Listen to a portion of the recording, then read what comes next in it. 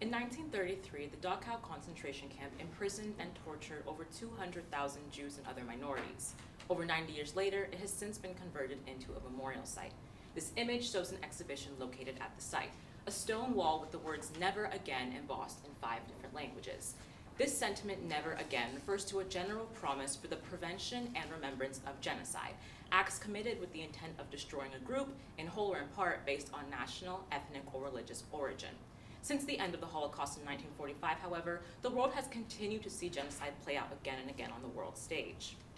We saw the Cambodian genocide in 1975, the Bosnian genocide in 1992, the Rwandan genocide in 1994, the genocide in Darfur in 2003, and Israel's engagement in the ongoing war in Gaza, which, as civilian death tolls rise, several UN bodies, human rights organizations, and countries are formally condemning as acts of genocidal violence. Good morning, my name is Stephanie Waiho, and these are the implications of ideology in mass atrocities. Despite calls for remembrance, genocides have continued to occur again and again. This presentation aims to explore the causes of this recurrence, posing the question, to what extent can the recurrence of genocide throughout the 20th and 21st centuries be attributed to the internalization of ideology by societies? The argument is that the inaccurate remembrance and, in turn, reoccurrence of genocide can largely be attributed to the spread and creation of harmful ideologies. The creation of ideological frameworks. In the College Board-provided stimulus, False Nostalgia, journalist Johan Norberg describes the broader idea of collective nostalgia, a phenomenon in which people belonging to the same societal group tend to collectively remember circumstances the same way, sometimes varying from how they actually occurred. This idea of a collective rationale for thinking, no matter how credible, is the basis of ideology.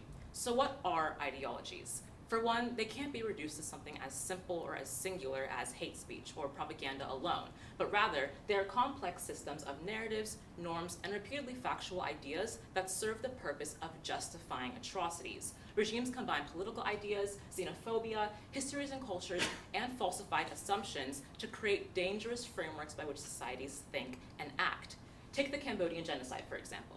Occurring from 1975 to 1979 and killing over 1.5 million people, the genocidal agenda aimed to create a classless agrarian society.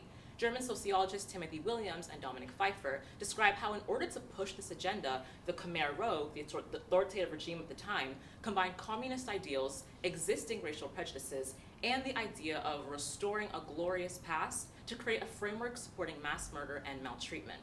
In this way, perpetrators use the wide array of psychological influences ideologies possess to move populations to violence.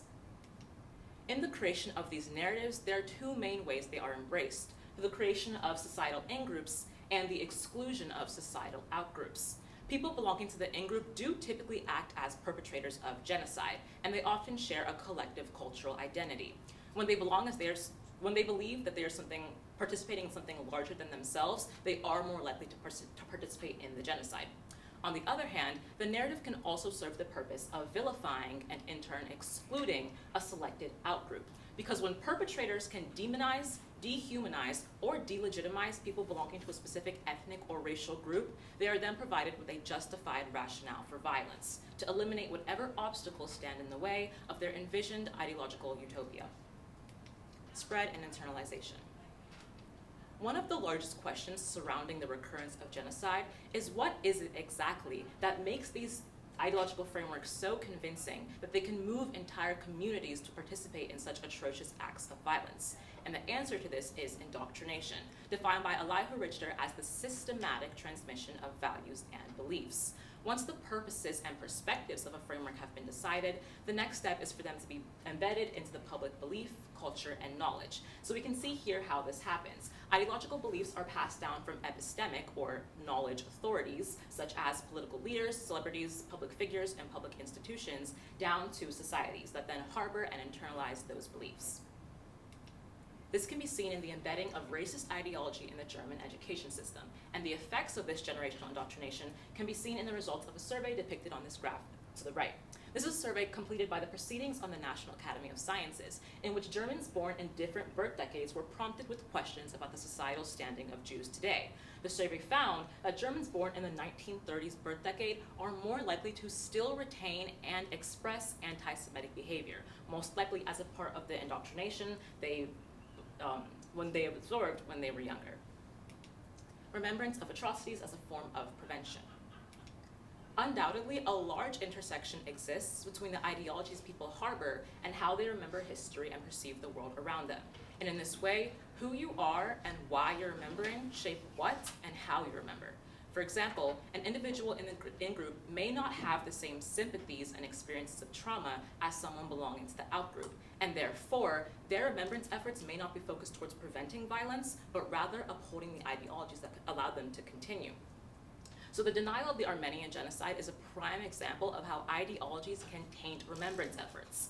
When the collective memory of an event as perceived by one societal group completely overshadows that of another, this can result in genocidal violence. And in this case, the institutionalization of prejudiced ideologies have led to Armenians being historically regarded as untrustworthy or disloyal. And therefore, Turkish policies, society, and culture still actively repress, or in some cases outright deny, the deportation and massacre of over 1.5 million Armenians in 1915.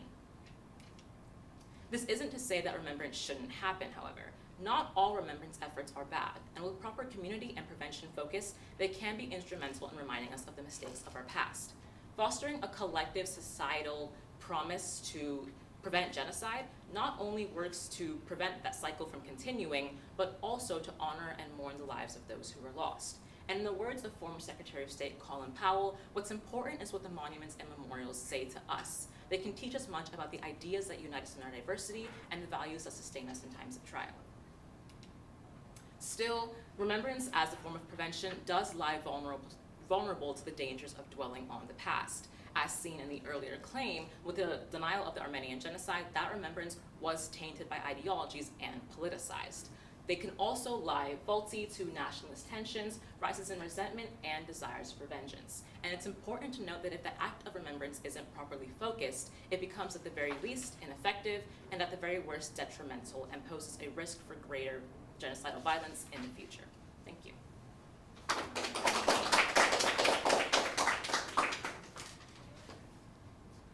All right, I have two questions for you, Steph. First up, how valid and reliable were the sources that you used, and then how do you know they were? So I know that the sources that I used were reliable because a lot of them came from peer-reviewed academic journals, but moreover, a lot of these came from scholarly publications focused on researching genocide and what allows them to continue.